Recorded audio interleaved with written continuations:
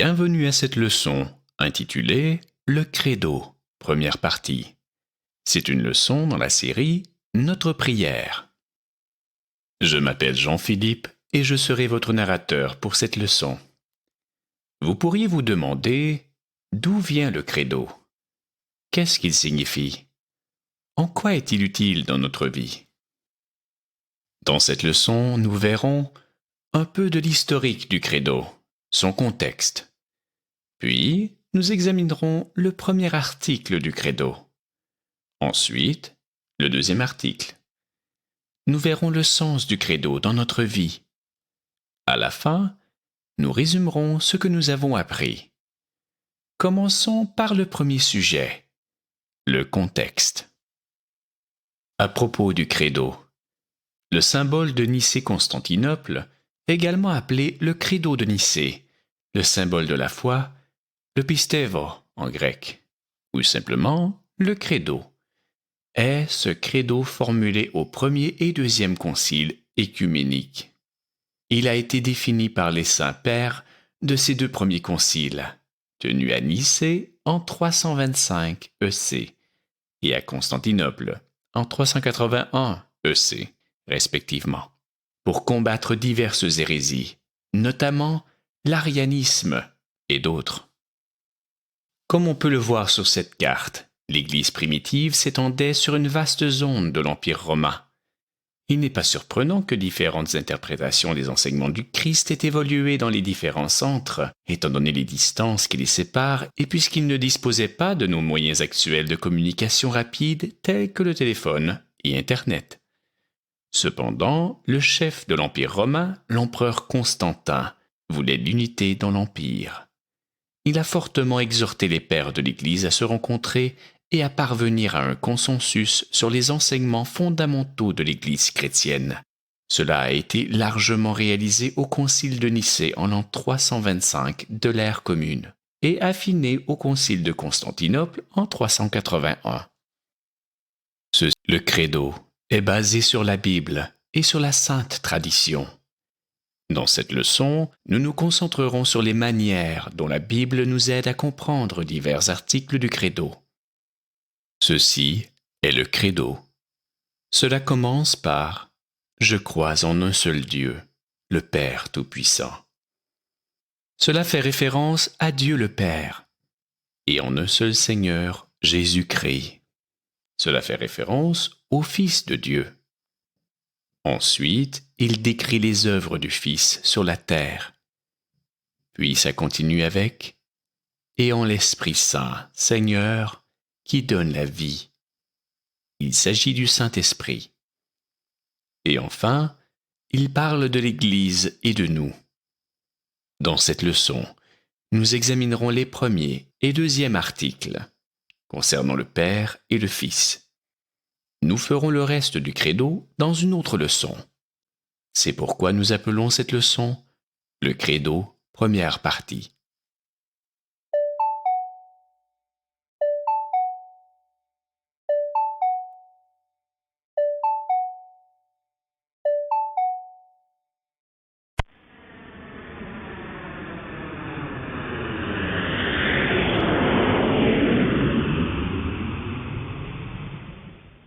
Avec ces informations de référence, nous sommes prêts à examiner le premier article du credo.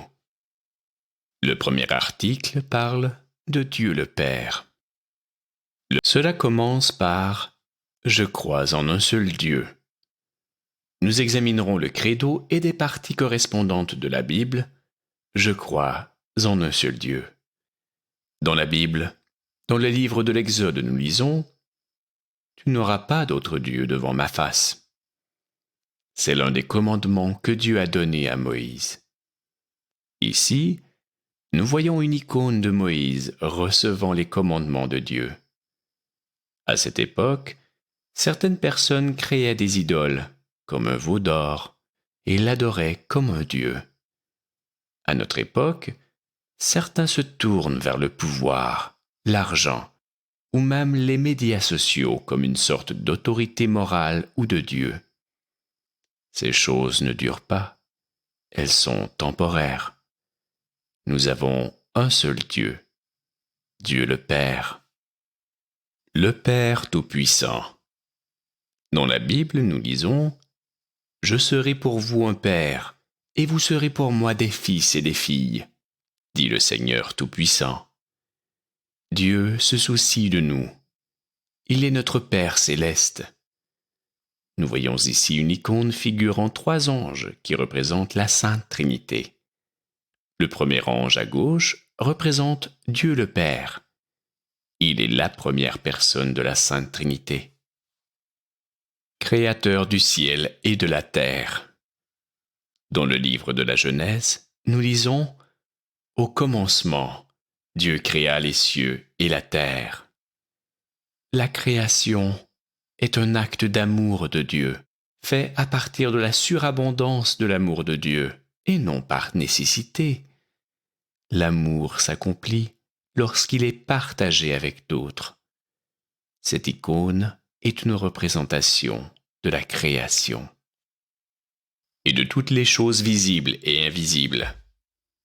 Dans la Bible, nous lisons « Car en lui ont été créées toutes les choses qui sont dans les cieux et sur la terre, les visibles et les invisibles, trône, dignité, domination, autorité. » Le Christ n'est pas seulement la source de la création par lui, de toutes choses sur terre et au ciel, mais aussi son but pour lui. En disant « toutes les choses visibles et invisibles », nous nous référons au monde physique matériel et au monde spirituel. Nous voyons ici une icône d'un ange gardien, un exemple des êtres invisibles que Dieu a créés.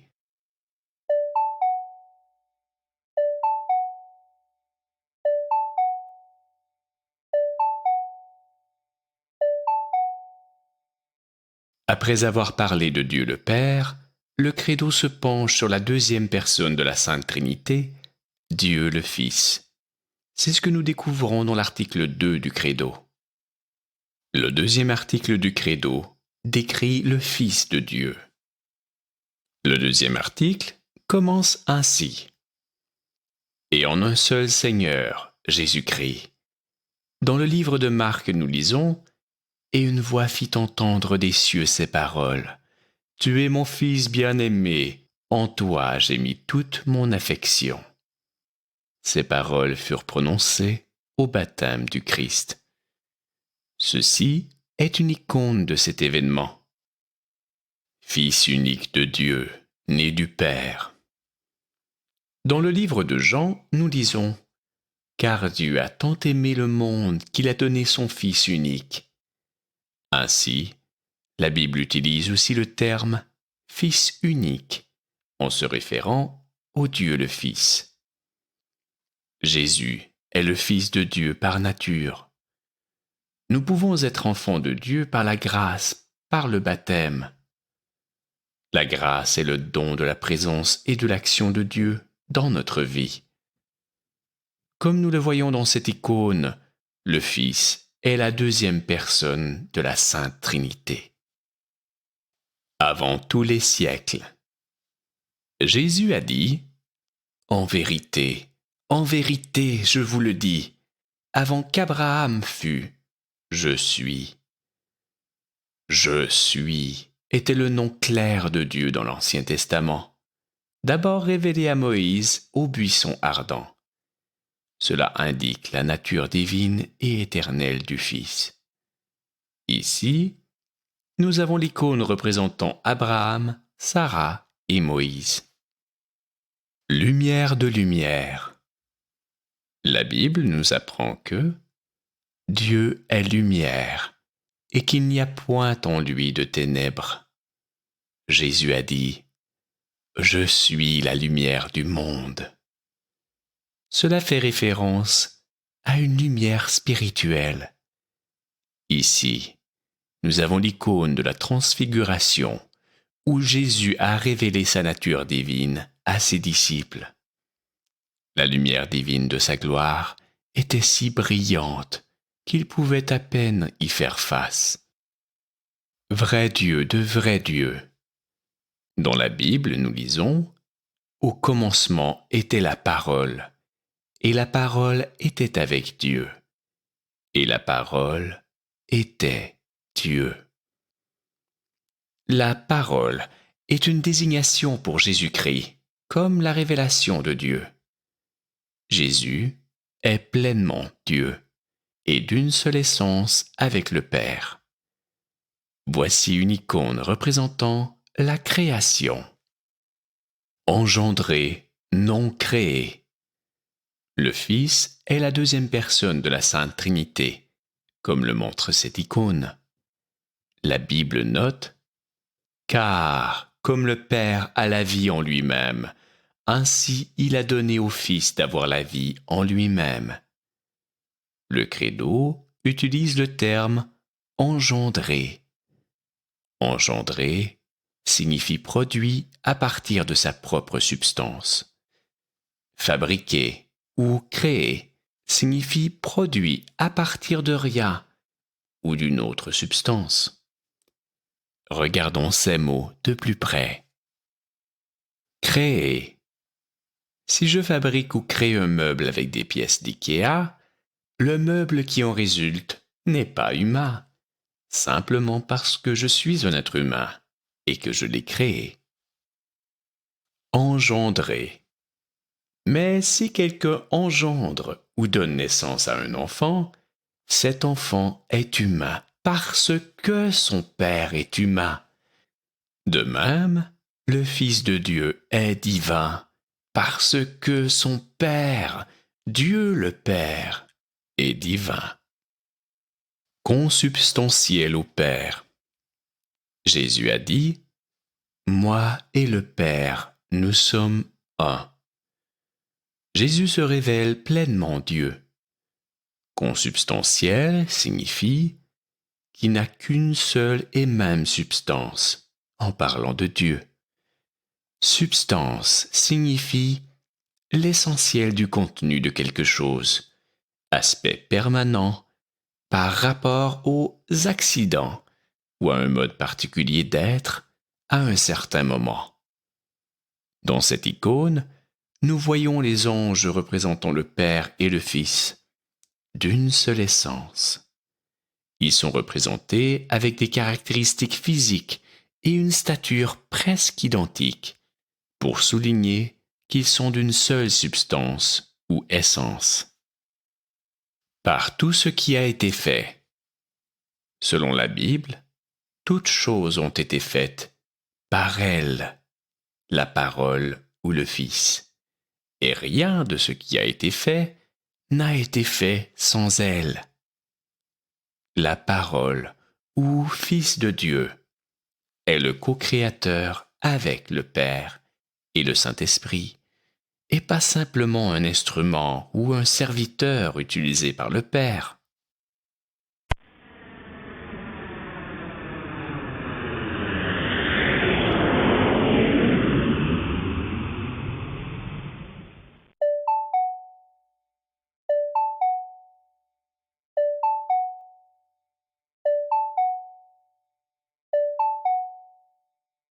Considérons le sens du credo dans notre vie.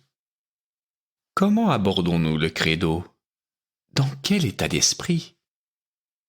Au cours de la divine liturgie, avant le credo, le prêtre dit « Aimons-nous les uns les autres, afin que dans un même esprit nous confessions. » Et nous répondons « Le Père, le Fils et le Saint-Esprit, Trinité consubstantielle et indivisible. Dieu est amour. » 1 Jean chapitre 4, verset 16. Si nous nous aimons les uns les autres, Dieu demeure en nous. 1 Jean chapitre 4, verset 12. Si nous aimons Dieu et notre prochain, nous sommes mieux préparés à confesser notre foi. Je crois en un seul Dieu est une déclaration personnelle de conscience que nous récitons ensemble avec les autres fidèles dans un même esprit et avec une même conviction et l'amour de Dieu. En déclarant à haute voix les principes de notre foi, nous les renforçons dans notre propre esprit et dans l'esprit de ceux qui nous entourent, en communauté avec eux. Nous pouvons mieux apprécier l'amour de Dieu, reconnaître sa grâce dans notre vie et aligner nos actions en conséquence, en harmonie avec les autres. Il y a un hymne que la chorale chante avant le credo. Écoutons-le. Le Père, le Fils et le Saint-Esprit, Trinité consubstantielle et indivisible.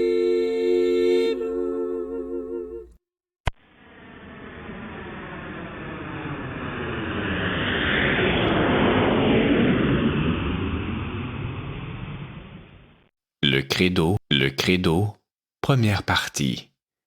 Résumons ce que nous avons appris. Contexte. Le credo a été défini par les saints-pères lors des 2 premiers conciles œcuméniques de l'Église, tenus respectivement à Nicée en 325 EC et à Constantinople en 381 EC. Ces conseils ont été tenus pour combattre les hérésies et parvenir à un accord sur les principes de la foi chrétienne. Le résultat du 2e concile fut le credo de Nicée-Constantinople que nous utilisons aujourd'hui. Article 1. L'article 1 du credo parle de Dieu le Père. Je crois en un seul Dieu. Un seul Dieu. Nous ne croyons pas aux fausses idoles. Le Père Tout-Puissant, Créateur du ciel et de la terre, et de toutes les choses visibles et invisibles. Il est notre Père céleste et notre Créateur. Article 2. L'article 2 parle de Dieu le Fils. Et en un seul Seigneur, Jésus-Christ, Fils unique de Dieu, né du Père avant tous les siècles. Il est divin, éternel, et le Fils unique de Dieu. Lumière de lumière, vrai Dieu de vrai Dieu, engendré, non créé, consubstantiel au Père, par qui tout a été fait. Il est consubstantiel et co-créateur avec le Père et le Saint-Esprit. Sens. Nous nous approchons du credo en entendant les paroles du prêtre. Aimons-nous les uns les autres, afin que dans un même esprit nous confessions. Avec l'amour de Dieu, nous déclarons à haute voix les principes de notre foi. C'est un aveu de conscience personnelle. Nous apprécions l'amour de Dieu dans notre vie et alignons nos actions en conséquence, en harmonie avec les autres. Merci d'avoir participé à cette leçon.